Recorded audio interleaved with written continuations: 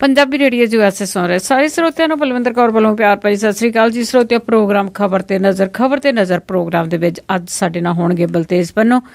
ਦੱਸਣਗੇ ਕਿ ਉੱਥੇ ਕੀ ਹੋ ਰਿਹਾ ਆ ਜੀ ਪੰਜਾਬ ਦੇ ਵਿੱਚ, ਭਾਰਤ ਦੇ ਵਿੱਚ, ਜਿਸ ਤਰ੍ਹਾਂ ਵੀ ਅੱਜ ਕੱਲ੍ਹ ਇਲੈਕਸ਼ਨਾਂ ਦਾ ਚੱਲ ਰਿਹਾ ਆ ਉਸ ਦੇ ਵਿੱਚ ਕੀ ਕੁਛ ਹੋ ਰਿਹਾ ਆ, ਜਾਂ ਹੋਰ ਰਾਜਨੀਤਿਕ ਕੰਮ ਹੈ ਜਿਹੜੇ ਉਹ ਕਿਸ ਤਰ੍ਹਾਂ ਹੋ ਰਹੇ ਆ, ਖਬਰਾਂ ਦੇ ਪਿੱਛੇ ਕੀ ਸੱਚ ਲੁਕਿਆ ਹੁੰਦਾ, ਉਹਦੀ ਉਹ ਗੱਲਬਾਤ ਕਰਨਗੇ।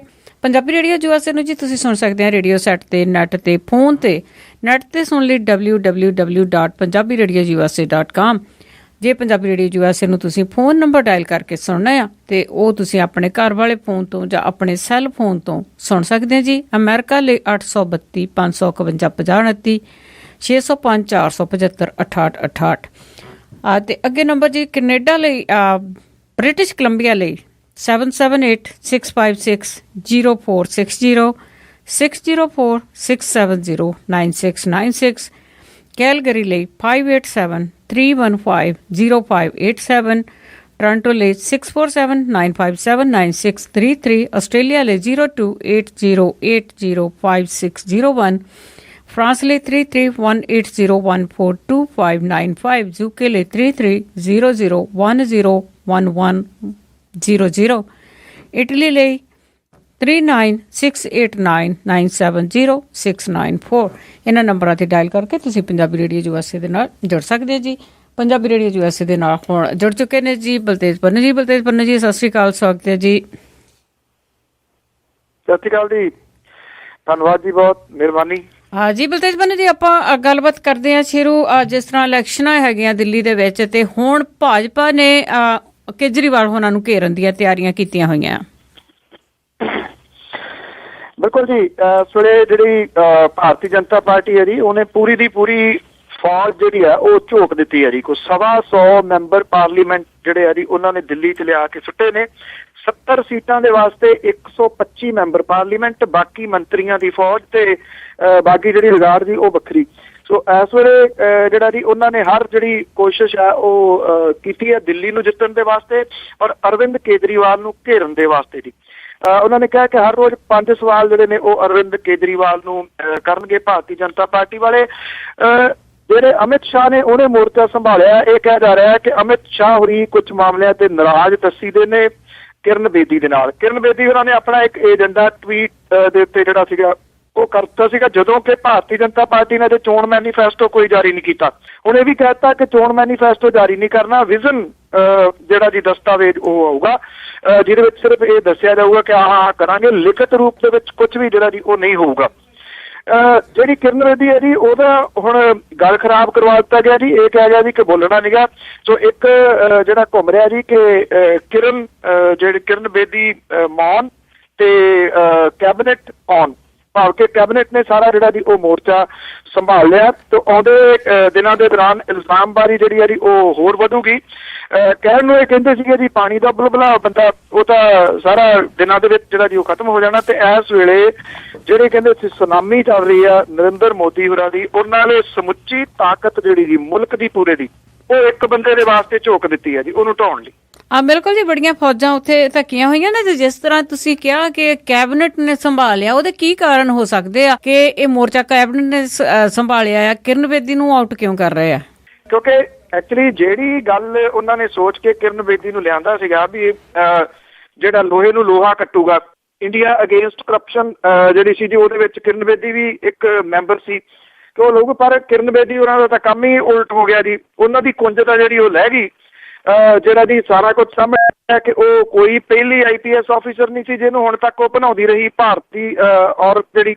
ਔਰ ਦੂਸਰੀ ਜਿਹੜੀ ਗੱਲ, ਹੁਣ ਤੱਕ ਉਹ ਆਪਣੇ ਨਾਮ ਦੇ ਨਾਲ ਕਰੇਨ ਬੇਦੀ ਲਿਖਾ ਕੇ ਬਹੁਤ ਖੁਸ਼ ਹੁੰਦੀ ਸੀ। ਇਹ ਵੀ ਮਾਮਲਾ ਜਿਹੜਾ ਸਾਹਮਣੇ ਆ ਗਿਆ ਕਿ ਉਹ ਕਾਰ ਉਹਨੇ ਨਹੀਂ ਸੀ ਚੁੱਕੀ ਜੀ, ਉਹ ਤਾਂ ਇੱਕ ਸਬ ਇੰਸਪੈਕਟਰ ਨੇ ਚੁੱਕੀ ਸੀਗੀ ਦੀ ਕਾਰ, ਔਰ ਉਹ ਇੰਦਰਾ ਗਾਂਧੀ ਦੀ ਕਾਰ ਕੋਈ ਨਹੀਂ ਸੀ, ਉਹ ਤਾਂ ਪ੍ਰਾਈਮ ਮਿਨਿਸਟਰ ਜਿਹੜਾ ਹਾਊਸ ਹੈ ਉੱਥੋਂ ਕਿਸੇ ਦੀ ਕੋਈ ਗੱਡੀ ਸੀਗੀ ਜੀ।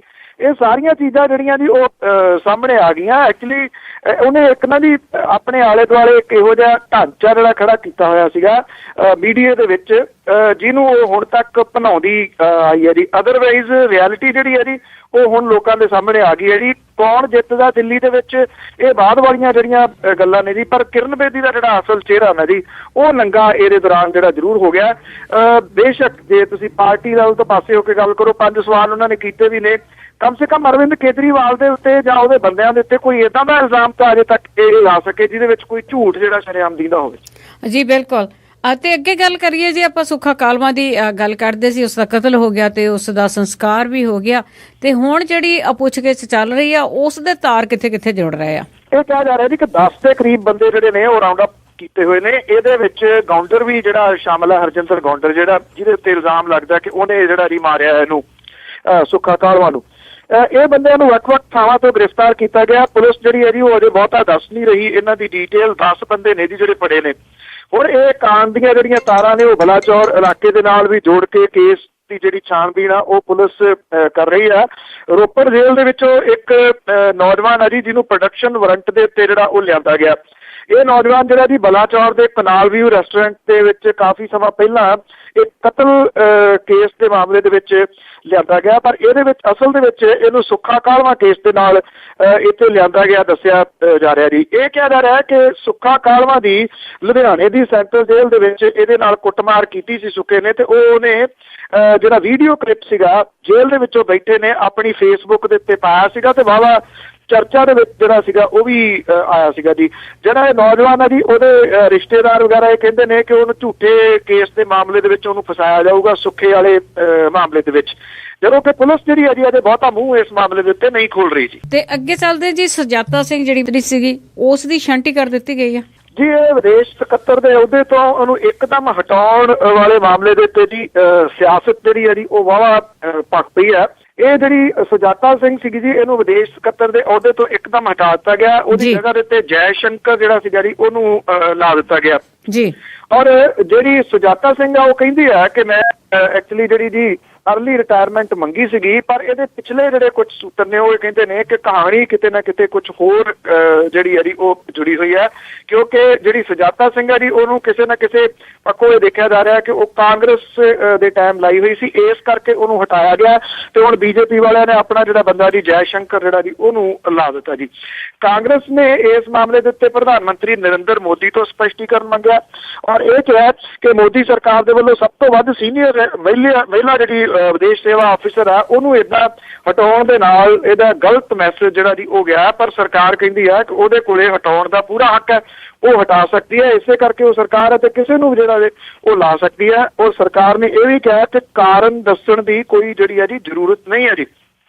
ਰਾਸ਼ਟਰਪਤੀ ਬਰਾਕ ਓਬਾਮਾ ਹੋਰਾਂ ਦੀ ਇਹ ਜਿਹੜੀ ਫੇਰੀ ਹੈ ਜੀ ਉਦੋਂ ਫੌਰਨ ਬਾਅਦ ਇਹਨੂੰ ਨਾਲ ਦੀ ਨਾਲ ਹਟਾ ਦੇਣਾ, ਇਹ ਕਈ ਸਵਾਲ ਜਿਹੜੇ ਆ ਜੀ ਉਹ ਖੜੇ ਕਰ ਰਿਹਾ ਜੀ। ਤੇ ਜੀ ਪਹਿਲਾਂ ਆਪਾਂ ਗੱਲ ਕੀਤੀ ਸੀ ਇਲੈਕਸ਼ਨ ਦੀ, ਦਿੱਲੀ ਦੇ ਵਿੱਚ ਇਲੈਕਸ਼ਨ ਹੋਈ ਹੈ ਤਾਂ ਉਸ ਤੋਂ ਛੇਤੀ ਬਾਅਦ ਅਗਲੇ ਮਹੀਨੇ ਮਿਊਨਿਸਪਲ ਚੋਣਾਂ ਅੱਗੇ ਆ ਰਹੀਆਂ ਜੀ ਪੰਜਾਬ ਦੇ ਵਿੱਚ। ਜੀ ਪੰਜਾਬ ਦੇ ਵਿੱਚ ਚੋਣਾਂ ਤਾਂ ਕੋਈ ਨਾ ਕੋਈ ਤੁਰੀਆਂ ਹੀ ਰਹਿੰਦੀਆਂ ਜੀ। ਮੇਰਾ ਖਿਆਲ ਸ਼ਾਇਦ ਹੀ ਕੋਈ ਤਮਾਹੀ ਜਿਹੜੀ ਹੈ ਜੀ ਉਹ ਲੰਘਦੀ ਹੋਵੇ ਜਿਹੋ ਜੀ ਸਿਆਸਤ ਇੱਥੇ ਬਣਾ ਦਿੱਤੀ ਗਈ ਹੈ। ਚੋਣਾਂ 'ਚ ਲੋਕਾਂ ਨੂੰ ਜਿਹੜਾ ਜੀ ਉਹ ਧੱਕ ਦਿੱਤਾ ਜਾਂਦਾ, ਇੱਕ ਤੋਂ ਬਾਅਦ ਇੱਕ, ਕਦੀ ਕੋਈ ਜ਼ਿਮਨੀ ਚੋਣ ਆ ਗਈ, ਕਦੀ ਕੁਛ ਆ ਗਿਆ, ਕਦੀ ਕੁਛ ਆ ਗਿਆ। ਹੁਣ ਪੰਜਾਬ ਰਾਜ ਚੋਣ ਕਮਿਸ਼ਨ ਨੇ ਰਾਜ ਦੇ ਵਿੱਚ 129 ਸ਼ਹਿਰੀ ਸੰਸਥਾਵਾਂ ਦੀਆਂ ਚੋਣਾਂ 25 ਫਰਵਰੀ ਤੋਂ ਪਹਿਲਾਂ ਕਰਾਉਣ ਦੀ ਤਿਆਰੀ ਜਿਹੜੀ ਹੈ ਜੀ ਉਹ ਕਰ ਲਈ ਹੈ। ਨਗਰ ਨਿਗਮ ਚੋਣਾਂ 20 ਜਾਂ 22 ਫਰਵਰੀ ਤੇ ਮਿਊਨਿਸਪਲ ਕਮੇਟੀ ਤੇ ਨਗਰ ਪੰਚਾਇਤ ਦੀਆਂ ਚੋਣਾਂ 24 ਫਰਵਰੀ ਨੂੰ ਜਿਹੜੀ ਉਹ ਹੋਣ ਦੇ ਸੰਭਾਵਨਾ ਹੈ। ਇਹਦੇ ਸੰਬੰਧੀ ਜਿਹੜੀਆਂ ਜੀ ਅੰਤਮ ਚੋਣਾਂ ਜਿਹੜੀਆਂ ਨੇ ਉਹ ਦਿੱਤੀਆਂ ਜਾ ਰਹੀਆਂ ਨੇ। ਨੋਟੀਫਿਕੇਸ਼ਨ ਫਰਵਰੀ ਦੇ ਪਹਿਲੇ ਹਫ਼ਤੇ ਜਿਹੜਾ ਜਾਰੀ ਕੀਤਾ ਜਾਊਗਾ। ਪੰਜਾਬ ਦੇ ਵਿੱਚ 6 ਨਗਰ ਨਿਗਮ ਨੇ, ਮੁਹਾਲੀ, ਮੋਗਾ, ਹੁਸ਼ਿਆਰਪੁਰ, ਬਠਿੰਡਾ, ਫਗਵਾੜਾ, ਪਠਾਨਕੋਟ ਇੱਥੇ ਵੋਟਾਂ ਪੈਣਗੀਆਂ ਜੀ। 123 ਛੋਟੇ ਤੇ ਵੱਡੇ ਕਸਬਿਆਂ ਦੀਆਂ ਮਿਊਨਿਸਪਲ ਕਮੇਟੀ ਦੀਆਂ, ਕੌਂਸਲਰ ਦੀਆਂ ਚੋਣਾਂ ਹੋਣਗੀਆਂ ਜੀ। ਔਰ ਸਰਕਾਰ ਜਿਹੜੀ ਹੈ ਜੀ ਇਹਨਾਂ ਚੋਣਾਂ ਨੂੰ ਟਾਲਣ ਦਾ ਉਹਦੇ ਵੱਲੋਂ ਯਤਨ ਕੀਤਾ ਜਾ ਰਿਹਾ ਸੀਗਾ। ਕਮਿਸ਼ਨ ਤੇ ਐਡਵੋਕੇਟ ਜਨਰਲ ਨੇ ਸਰਕਾਰ ਦੀਆਂ ਦਲੀਲਾਂ ਨੂੰ ਜਿਹੜਾ ਜੀ ਉਹ ਨਕਾਰ ਦਿੱਤਾ। ਔਰ ਚੋਣ ਕਮਿਸ਼ਨ ਦੀਆਂ ਤਿਆਰੀਆਂ ਤੋਂ ਵੀ ਪਤਾ ਲੱਗਾ ਕਿ ਨਗਰ ਨਿਗਮਾਂ ਦੀਆਂ ਪੈਣ ਵਾਲੀਆਂ ਵੋਟਾਂ ਦੀ ਗਿਣਤੀ ਮਿਊਨਿਸਪਲ ਚੋਣਾਂ ਤੋਂ ਬਾਅਦ 24 ਫਰਵਰੀ ਨੂੰ ਜਿਹੜੀ ਉਹ ਕਰਵਾਈ ਜਾਊਗੀ, ਜਦੋਂ ਕਿ ਮਿਊਨਿਸਪਲ ਕਮੇਟੀਆਂ ਦੇ ਨਤੀਜੇ ਜਿਹੜੇ ਨੇ ਉਹ ਚੋਣਾਂ ਵਾਲੇ ਦਿਨ ਹੀ ਆ ਜਾਣਗੇ। ਚੋਣ ਕਮਿਸ਼ਨ ਨੇ ਡਿਪਟੀ ਕਮਿਸ਼ਨਰਾਂ ਨੂੰ ਸ਼ਹਿਰੀ ਸੰਸਥਾਵਾਂ ਦੀਆਂ ਚੋਣਾਂ ਲਈ ਤਿਆਰੀਆਂ ਕਰਨ ਦੇ ਨਿਰਦੇਸ਼ ਜਿਹੜੇ ਉਹ ਦਿੱਤੇ ਨੇ। ਔਰ ਵਾਰਡਬੰਦੀ ਦਾ ਕੰਮ ਜਿਹੜਾ ਜੀ ਉਹ ਤਕਰੀਬਨ ਮੁਕੰਮਲ ਹੋਇਆ। ਉਧਰ ਜਿਹੜੀ ਧੂਰੀ ਵਾਲੀ ਸੀਟ ਦੀ ਆਉਣੀ ਜ਼ਿਮਨੀ ਚੋਣ ਉਹ ਅਜੇ ਕੋਈ ਪਤਾ ਨਹੀਂ ਗਾ ਜੀ, ਸ਼ਾਇਦ ਹੁਣ ਇਹ ਹੋ ਸਕਦਾ ਜੀ ਉਹ ਮਿਊਨਿਸਪਲ ਚੋਣਾਂ ਤੋਂ ਬਾਅਦ ਹੀ ਕਿਤੇ ਜਾ ਕੇ ਜਿਹੜਾ ਆਊਗੀ। ਤਾਂ ਇਹ ਚੋਣਾਂ ਦੇ ਵਿੱਚ ਜਿਹੜੀ ਸੱਤਾਧਾਰੀ ਧਿਰ ਹੈ ਉਹਨੂੰ ਜਿਹੜੀ ਵੱਡੀ ਮੁਸ਼ਕਲ ਦਾ ਸਾਹਮਣਾ ਕਰਨਾ ਪਊਗਾ ਉਹ ਬੀਜੇਪੀ ਦੇ ਨਾਲ ਉਹਦਾ ਇੱਟ ਖੜਕਾ ਹੈ, ਦਿੱਲੀ ਵਾਲੀਆਂ ਚੋਣਾਂ ਦੀ ਆਪਾਂ ਗੱਲ ਕੀਤੀ ਹੈ। ਸੋ ਦਿੱਲੀ ਵਾਲੀਆਂ ਚੋਣਾਂ ਜਿਹੜੀਆਂ ਨੇ ਉਹ ਪੰਜਾਬ ਦੀ ਸਿਆਸਤ ਦੇ ਉੱਤੇ ਵੱਡਾ ਅਸਰ ਜਿਹੜਾ ਨੇ ਉਹ ਪਾਉਣਗੀਆਂ ਕਿ ਜੇ ਬੀਜੇਪੀ ਉੱਤੇ ਜਿੱਤਦੀ ਹੈ ਤਾਂ ਵੀ ਇਹਦਾ ਅਸਰ ਪਊਗਾ, ਜੇ ਨਹੀਂ ਜਿੱਤਦੀ ਤਾਂ ਵੀ ਅਸਰ ਪਊਗਾ। ਜੀ ਬਿਲਕੁਲ ਅਸਰ ਤੇ ਜ਼ਰੂਰ ਪਊਗਾ ਜੀ। ਉੱਥੇ ਜ਼ੋਰ ਵੀ ਐਸੇ ਕਰਕੇ ਲੱਗਾ ਹੋਇਆ ਆ। ਅਤੇ ਅੱਗੇ ਗੱਲ ਕਰੀਏ ਜੀ, ਪੰਜਾਬ ਦੇ ਜਿਹੜੇ ਲੀਡਰ ਆ ਉਹਨਾਂ ਦੇ ਜਿਹੜੇ ਬਿੱਲ ਆ ਉਹਨਾਂ ਨੇ ਸਰਕਾਰੀ ਖਜ਼ਾਨੇ ਖਾਲੀ ਕਰ ਦਿੱਤੇ ਆ ਤੇ ਖਜ਼ਾਨੇ ਹਿੱਲ ਗਏ ਆ ਜੀ। ਲੱਗਦਾ ਹੈ ਉਹ ਜੀ ਕਿ ਪੰਜਾਬ ਦੇ ਸਾਰੇ ਤਾਂ ਬਿਮਾਰ ਨੇ, ਤਾਂ ਜੀ ਸਾਰੇ ਇਲਾਜ ਕਰਾਉਂਦੇ ਫਿਰਦੇ ਨੇ ਵੀ ਆਪਣਾ, ਉਹ ਵੀ ਵੱਡੇ ਵੱਡੇ ਹਸਪੀਟਲਾਂ ਤੋਂ। ਇੱਥੇ ਲੋਕ ਜਿਹੜੇ ਨੇ ਉਹ ਸਰਕਾਰੀ ਹਸਪੀਟਲ ਵਿੱਚ ਰੱਬ ਆਸਰੇ ਸੁੱਟੇ ਹੋਏ ਨੇ। ਪੰਜਾਬ ਦੇ ਵਜ਼ੀਰਾਂ ਤੇ ਵਿਧਾਇਕਾਂ ਦੇ ਵੱਲੋਂ ਮਹਿੰਗੇ ਪ੍ਰਾਈਵੇਟ ਇਲਾਜ ਤੇ ਜਿਹੜੇ ਵਿਦੇਸ਼ੀ ਇਲਾਜ ਜਿਹੜੇ ਨੇ ਉਹ ਸਰਕਾਰੀ ਖਜ਼ਾਨੇ ਦੀਆਂ ਚੂਹਾਂ ਜਿਹੜੀਆਂ ਉਹ ਹਿਲਾ ਰਹੇ ਨੇ ਜੀ। ਜਿਹੜੇ ਨਿਯਮ ਨੇ ਉਹ ਕੁਝ ਵੀ ਕਹਿਣ, ਵਜ਼ੀਰ ਵਿਧਾਇਕ ਰਾਜ ਆਪਣੇ ਵਾਸਤੇ ਵਿਦੇਸ਼ਾਂ ਦੇ ਵਿੱਚ ਜਾ ਰਹੇ ਨੇ ਜੀ। ਸਿੰਚਾਈ ਮੰਤਰੀ ਸ਼ਰਨਜੀਤ ਸਿੰਘ ਢਿੱਲੋਂ ਨੇ ਅਮਰੀਕਾ ਤੋਂ ਆਪਣਾ ਇਲਾਜ ਕਰਾਇਆ। ਵਿਦੇਸ਼ੀ ਇਲਾਜ ਖਜ਼ਾਨੇ ਨੂੰ 21 ਲੱਖ ਤੋਂ ਉੱਤੇ ਜਿੱਤਿਆ। ਜਿਹੜੇ ਇਹ ਨਿਯਮ ਇਹ ਕਹਿੰਦੇ ਨੇ ਕਿ ਸਿਰਫ ਉਹ ਇਲਾਜ ਵਿਦੇਸ਼ ਤੋਂ ਕਰਵਾਇਆ ਜਾ ਸਕਦਾ ਹੈ ਜਿਹੜਾ ਭਾਰਤ ਦੇ ਵਿੱਚ ਅਵੇਲੇਬਲ ਨਹੀਂ ਹੈ। ਰਾਈਟ ਟੂ ਇਨਫੋਰਮੇਸ਼ਨ ਐਕਟ ਦੇ ਤਹਿਤ ਜਿਹੜੀ ਜਾਣਕਾਰੀ ਦੇ ਵਿੱਚ ਸਿਹਤ ਵਿਭਾਗ ਨੇ ਢਿੱਲੋਂ ਨੂੰ ਵਿਦੇਸ਼ੀ ਇਲਾਜ ਦੀ ਦਿੱਤੀ ਪ੍ਰਵਾਨਗੀ ਦੇ ਵਿੱਚ ਲਿਖਿਆ ਹੈ ਕਿ ਇਹ ਇਲਾਜ ਏਮਸ, ਮੇਦਾਂਤਾ ਗੁੜਗਾਉਂ ਤੇ ਰਾਜੀਵ ਗਾਂਧੀ ਹਸਪੀਟਲ ਦਿੱਲੀ 'ਚ ਵੀ ਹੈ। ਪਰ ਇਹਦੇ ਜਿਹੜੀ ਲੇਟੈਸਟ ਟੈਕਨੋਲੋਜੀ ਹੈ ਜੀ ਉਹ ਅਮਰੀਕਾ ਦੇ ਵਿੱਚ ਆ। ਇੱਕ ਲਾਈਨ ਪਾਤੀ, ਇਸ ਕਰਕੇ ਢਿੱਲੋਂ ਸਾਹਿਬ ਕਹਿੰਦੇ ਇੱਥੋਂ ਵਾਲੀਆਂ ਛੱਡੋ, ਮੈਂ ਤਾਂ ਬਾਹਰੋਂ ਜਾ ਕੇ ਜਿਹੜਾ ਜੀ ਉਹ ਇਲਾਜ ਕਰਾਊਂਗਾ। ਇਸੇ ਚੋਰ ਮੋਰੀ ਰਾਹੀਂ ਉਹਨਾਂ ਨੇ ਵਿਦੇਸ਼ ਤੋਂ ਇਲਾਜ ਕਰਾਇਆ ਜੀ। ਚੌਧਰੀ ਸਵਰਨਾ ਰਾਮ ਨੇ ਅਮਰੀਕਾ ਦੇ ਵਿੱਚੋਂ ਜਿਹੜਾ ਜੀ ਇਲਾਜ ਕਰਾਇਆ, ਉਹਦਾ ਖਰਚਾ ਜਿਹੜਾ ਜੀ ਉਹ 26 ਲੱਖ ਰੁਪਈਏ ਦਾ ਜਿਹੜਾ ਜੀ ਉਹ ਸਰਕਾਰ ਨੇ ਤਾਰਿਆ। ਰਣਜੀਤ ਸਿੰਘ ਤਲਵੰਡੀ ਜਿਹੜੇ ਨੇ ਜੀ ਉਹਨਾਂ ਨੇ ਅਮਰੀਕਾ ਦੇ ਵਿੱਚੋਂ ਇਲਾਜ ਕਰਾਇਆ ਜੀ। ਉਹਨਾਂ ਦਾ ਤਕਰੀਬਨ ਜਿਹੜਾ 42.5 ਲੱਖ ਰੁਪਈਆ ਜਿਹੜਾ ਉਹ ਸਰਕਾਰ ਨੇ ਜਿਹੜਾ ਜੀ ਉਹ ਤਾਰਿਆ। ਮੁੱਖ ਮੰਤਰੀ ਦੇ ਪਰਿਵਾਰਕ ਮੈਂਬਰਾਂ ਦਾ ਇਲਾਜ ਅਮਰੀਕਾ ਵਿੱਚ ਹੋਇਆ ਜੀ। ਇਹਦਾ ਰਗੜਾ ਲੱਗਾ ਜੀ ਕੋਈ 3.5 ਕਰੋੜ ਰੁਪਈਆ। ਇਹ ਖਰਚਾ ਜਿਹੜਾ ਜੀ ਉਹ ਦੇ ਖਜ਼ਾਨੇ ਨੂੰ ਜਿਹੜਾ ਝੱਲਣਾ ਪਿਆ। ਪ੍ਰਾਈਵੇਟ ਹਸਪੀਟਲਾਂ ਦੇ ਬਿੱਲ ਜਿਹੜੇ ਉਹ ਵੀ ਖਜ਼ਾਨੇ ਦੇ ਉੱਤੇ ਭਾਰੀ ਪੈ ਰਹੇ ਨੇ ਜੀ। ਪੰਜਾਬ ਸਰਕਾਰ ਨੇ ਇਸੇ ਮਹੀਨੇ ਤੋਤਾ ਸਿੰਘ, ਸੁਰਜੀਤ ਸਿੰਘ ਰੱਖੜਾ ਦਾ ਮੈਡੀਕਲ ਬਿੱਲ ਵੀ ਜਿਹੜਾ ਰਿਲੀਜ਼ ਕੀਤਾ। ਰੱਖੜਾ ਨੇ ਆਪਣੀ ਘਰਵਾਲੀ ਦਾ ਇਲਾਜ ਜਿਹੜਾ ਜੀ ਮੈਕਸ ਸੁਪਰ ਹਸਪੀਟਲ ਦਿੱਲੀ ਤੋਂ ਕਰਵਾਇਆ। ਇਹਦਾ 4 ਲੱਖ ਤੋਂ ਉੱਪਰ ਦਾ ਬਿੱਲ ਜਿਹੜਾ ਜੀ ਉਹ ਭੇਜਿਆ। ਵਿਭਾਗ ਨੇ 2 ਲੱਖ ਰੁਪਏ ਤੋਂ ਉੱਪਰ ਜਿਹੜਾ ਜੀ ਉਹ ਦੇ ਦਿੱਤਾ। ਤੋਤਾ ਸਿੰਘ ਜਿਹੜਾ ਜੀ ਇਸ ਮਾਮਲੇ 'ਚ ਨਰਮੀ ਵਰਤੀ ਆ ਕਿਉਂਕਿ ਉਹਨਾਂ ਦਾ ਲੜਕਾ ਪੰਜਾਬ ਹੈਲਥ ਸਿਸਟਮ ਕਾਰਪੋਰੇਸ਼ਨ ਦਾ ਚੇਅਰਮੈਨ ਹੈ। ਤੋਤਾ ਸਿੰਘ ਨੇ ਕੋਈ 4 ਲੱਖ ਰੁਪਏ ਦਾ ਬਿੱਲ ਦਿੱਤਾ, ਜਿਹਦੇ ਵਿੱਚੋਂ 3.25 ਲੱਖ ਰੁਪਈਆ ਉਹਦਾ ਪਾਸ ਹੋ ਗਿਆ ਹੋਇਆ ਜੀ। ਔਰ ਪਿਛਲੇ ਸਾਲ ਜੁਲਾਈ ਦੇ ਵਿੱਚ metro and heart hospital Noida ਤੋਂ ਉਹਨੇ ਇਲਾਜ ਜਿਹੜਾ ਉਹ ਕਰਵਾਇਆ ਸੀਗਾ। ਰਣਜੀਤ ਸਿੰਘ ਬ੍ਰਹਮਪੁਰਾ ਦੀ ਘਰਵਾਲੀ ਦਾ ਇਲਾਜ ਫੋਰਟਿਸ ਹਸਪੀਟਲ ਮੁਹਾਲੀ ਤੋਂ ਕਰਵਾਇਆ ਗਿਆ। 4.5 ਲੱਖ ਰੁਪਈਆ ਸਰਕਾਰ ਨੇ ਉਹਦਾ ਜਿਹੜਾ ਜੀ ਉਹ ਤਾਰਿਆ। ਇਹਦੇ ਵੱਡੇ ਇਹਨਾਂ ਦੇ ਢਿੱਡ ਨੇ ਜੀ, ਇਹਨਾਂ ਦੇ ਕੋਲੇ ਪੈਸਾ, ਪਰ ਸਾਰਾ ਜਿਹੜਾ ਜੀ ਖਜ਼ਾਨੇ ਦੇ ਉੱਤੇ ਇਹ ਪਾਈ ਜਾ ਰਹੇ ਨੇ। ਔਰ ਖਜ਼ਾਨੇ ਦਾ ਜੋ ਹਸ਼ਰ ਹੈ ਉਹ ਕਿਸੇ ਤੋਂ ਲੁਕਿਆ ਛਿਪਿਆ ਨਹੀਂ ਗਾ ਜੀ। ਜੇ ਇੰਨੇ ਹੀ ਬਿਮਾਰ ਨੇ ਤੇ ਆਪਣੇ ਘਰਾਂ ਦੇ ਵਿੱਚ ਬੈਠਣ ਜੀ, ਪਰ ਜਦੋਂ ਤੰਦਰੁਸਤ ਹੋਣਗੇ ਉਦੋਂ ਫੇਰ ਇੱਥੇ ਸ਼ਾਮਲ ਹੋ ਜਾਣ। ਆਪਾਂ ਕੱਲ ਗੱਲ ਸਾਂਝੀ ਕੀਤੀ ਸੀ ਕਿ ਬੀਬੀ ਜੋਸ਼ ਜਿਹੜੀ ਹੈ ਜੀ ਉਹ ਵਿਦੇਸ਼ਾਂ ਤੋਂ ਤਿੱਖੇ ਦੰਦ ਜਿਹੜੇ ਉਹ ਲਵਾਈ ਫਿਰਦੀ ਹੈ ਜੀ, ਉਹ ਵੀ 55 ਤਕਰੀਬਨ ਲੱਖ ਰੁਪਈਏ ਦੇ। ਜੀ ਬਿਲਕੁਲ, ਉਹਨੂੰ ਤਿੱਖੇ ਦੰਦ ਜ਼ਰੂਰ ਚਾਹੀਦੇ ਆ ਕਿਉਂਕਿ ਉਹਨੇ ਇਲਾਕੇ ਦੀ ਸੇਵਾ ਬਹੁਤ ਕੀਤੀ ਹੈ। ਜਿਸ ਤਰ੍ਹਾਂ ਤੁਸੀਂ ਇਹਨਾਂ ਨੂੰ ਦੱਸਿਆ ਕਿ ਅਮਰੀਕਾ ਦੇ ਵਿੱਚ ਇਹ ਇਲਾਜ ਕਰਾਉਂਦੇ ਆ, ਪਰ ਜਦੋਂ ਇਹਨਾਂ ਦੀ ਇਲੈਕਸ਼ਨ ਹੁੰਦੀ ਆ ਤੇ ਲੋਕਾਂ ਦੀ ਸੇਵਾ ਲਈ ਚੁਣੇ ਜਾਂਦੇ ਤਾਂ ਲੋਕਾਂ ਲਈ ਕੀ ਕਰਦੇ ਆ? ਇਹ ਲੋਕਾਂ ਦੀ ਸੇਵਾ ਕਰਦੇ ਆ ਜੀ ਡਾਂਗਾਂ ਨਾਲ, ਕਿਉਂਕਿ ਜਿਹੜਾ ਨਾ ਜੀ ਸਾਈਨ ਵੱਡੇ ਵੱਡੇ ਲੱਗੇ ਹੋਏ ਨੇ ਕਿ ਰਾਜ ਨਹੀਂ ਸੇਵਾ ਜੀ। ਕੌਮੇ ਦਾ ਫਰਕ ਹੈ ਜੀ, ਜਿਹੜਾ ਰਾਜ ਨਹੀਂ ਫਿਰ ਕੌਮਾ, ਤੋਂ ਇਹ ਰਾਜ ਤੋਂ ਬਾਅਦ ਕੌਮਾ ਲੱਗਿਆ ਜੀ ਕਿ ਅਸਲ ਦੇ ਵਿੱਚ ਰਾਜ ਨਹੀਂ ਸੇਵਾ। ਜੀ ਬਿਲਕੁਲ, ਇਹਦੇ ਅਰਥ ਆ ਜਿਹੜੇ ਇਸ ਤਰ੍ਹਾਂ ਨਿਕਲਦੇ ਆ।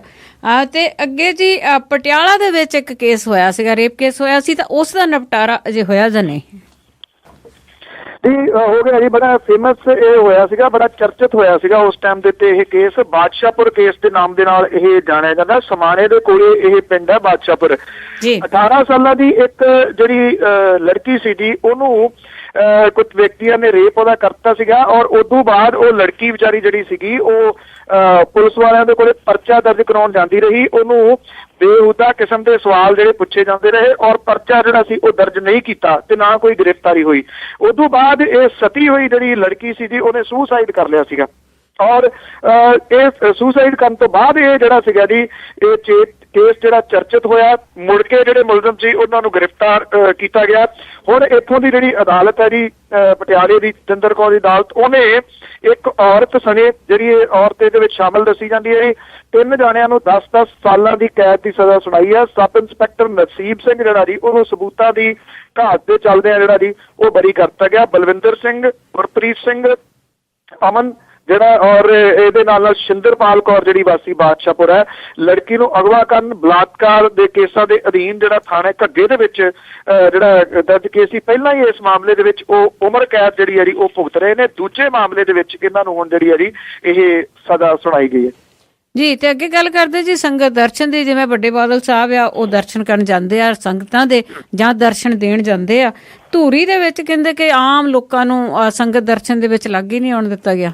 ਦੇਖੋ ਉੱਥੇ ਤਾਂ ਪਹਿਲਾਂ ਛਾਨਣਾ ਜਿਹੜਾ ਨਾ ਜੀ ਉਹ ਲਾ ਕੇ ਪ੍ਰਸ਼ਾਸਨਿਕ ਅਧਿਕਾਰੀ ਜਿਹੜੇ ਨੇ ਉਹ ਲਿਆਉਂਦੇ ਨੇ, ਉਹ ਕੇਸ ਲਿਆਂਦੇ ਜਾਣ ਜਿਹੜੇ ਪੇਚੀਦਾ ਨਾ ਹੋਣ, ਜਿਹੜੇ ਸਰਕਾਰ ਦੀ ਕਿਰਕਰੀ ਜਿਹੜੀ ਆ ਉਹ ਨਾ ਕਰਦੇ ਹੋਣ।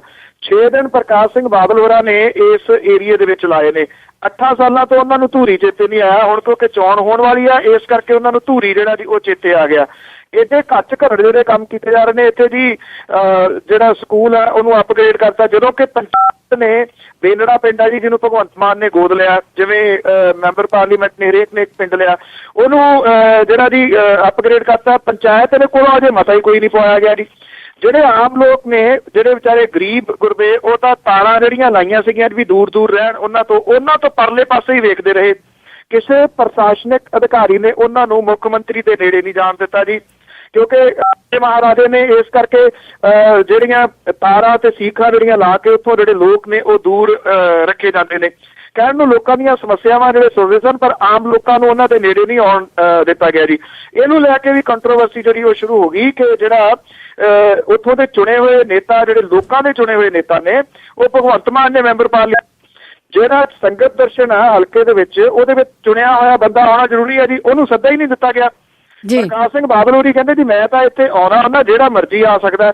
ਹੁਣ ਉਹ ਇੱਕ ਗੱਲ ਬਾਰ-ਬਾਰ ਲੋਕਾਂ ਨੂੰ ਕਹੀ ਜਾਂਦੇ ਨੇ ਕਿ ਤੁਸੀਂ ਗਲਤੀ ਕਰ ਲਈ ਭਗਵੰਤ ਮਾਨ ਨੂੰ ਚੁਣ ਕੇ। ਇੱਥੋਂ ਸੁਖਦੇਵ ਸਿੰਘ ਢੀਂਡਸਾ ਹੋਰੀ ਹੁੰਦੇ ਤੇ ਉਹਨਾਂ ਨੇ ਕਾਇਆ ਪਲਟ ਦੇਣੀ ਸੀ ਹਲਕੇ ਦੀ, ਪਰ ਇਹ ਨਹੀਂ ਦੱਸਦੇ ਕਿ ਸੁਖਦੇਵ ਸਿੰਘ ਢੀਂਡਸਾ ਹੋਰੀ ਤਾਂ ਪੁਰਾਣੇ ਨੇ ਇੱਥੋਂ ਦੇ, ਅਜੇ ਤੱਕ ਉਹ ਕਾਇਆ ਪਲਟ ਕਿਉਂ ਨਾ ਸਕੇ ਜੀ।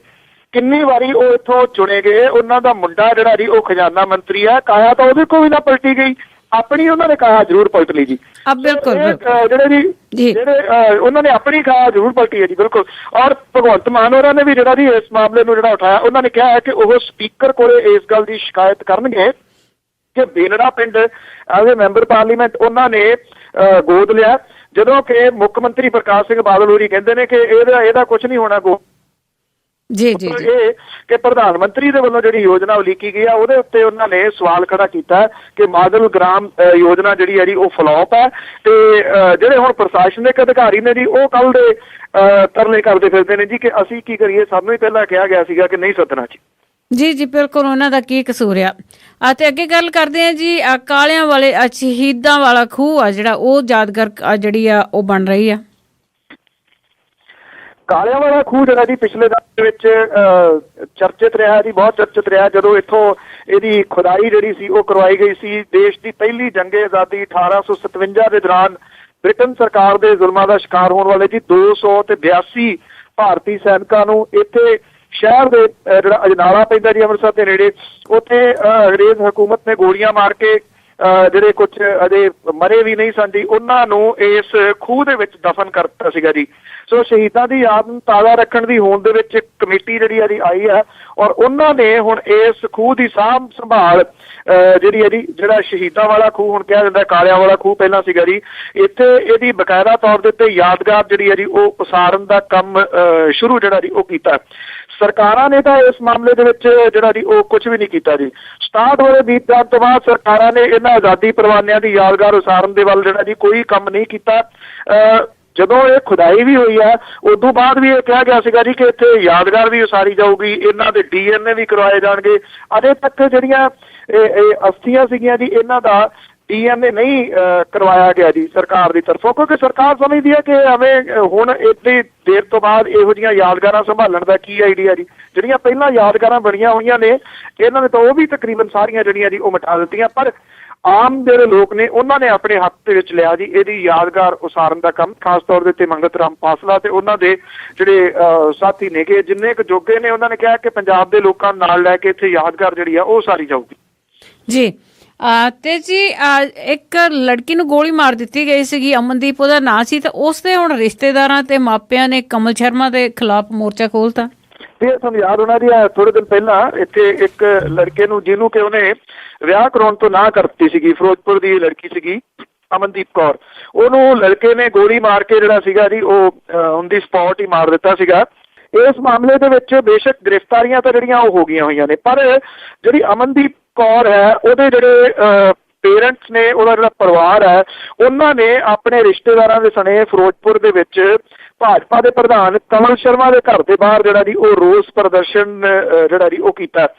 ਮਾਪਿਆਂ ਦਾ ਦੋਸ਼ ਹੈ ਕਿ ਇਸ ਕਤਲ ਕੇਸ ਦੇ ਵਿੱਚ ਕੁਝ ਦੋਸ਼ੀਆਂ ਦੀ ਮਦਦ ਕਮਲ ਸ਼ਰਮਾ ਜਿਹੜੇ ਕਰ ਰਹੇ ਨੇ, ਜਿਹਦੇ ਕਰਕੇ ਪੁਲਿਸ ਜਿਹੜੀ ਹੈ ਜੀ ਉਹਨਾਂ ਨੂੰ ਗ੍ਰਿਫਤਾਰ ਕਰਨ ਤੋਂ ਬਾਅਦ ਵੀ ਉਹਨਾਂ ਦੇ ਖਿਲਾਫ ਕਾਰਵਾਈ ਜਿਹੜੀ ਆ ਉਹ ਨਹੀਂ ਕਰ ਰਹੀ। ਕਮਲ ਸ਼ਰਮਾ ਬੇਸ਼ੱਕ ਆਪਣੇ ਘਰ ਦੇ ਵਿੱਚ ਹੈ ਨਹੀਂ ਸੀਗੇ, ਪਰ ਜਿਹੜੇ ਉਹਨਾਂ ਦੇ ਸਾਥੀ ਨੇ ਉਹ ਇਹ ਕਹਿ ਰਹੇ ਨੇ ਕਿ ਇਹਦੇ ਪਿੱਛੇ ਵਿਰੋਧੀ ਖੇਮੇ ਦੀ ਜਿਹੜੀ ਹੈ ਜੀ ਉਹ ਸਾਜ਼ਿਸ਼ ਹੈ।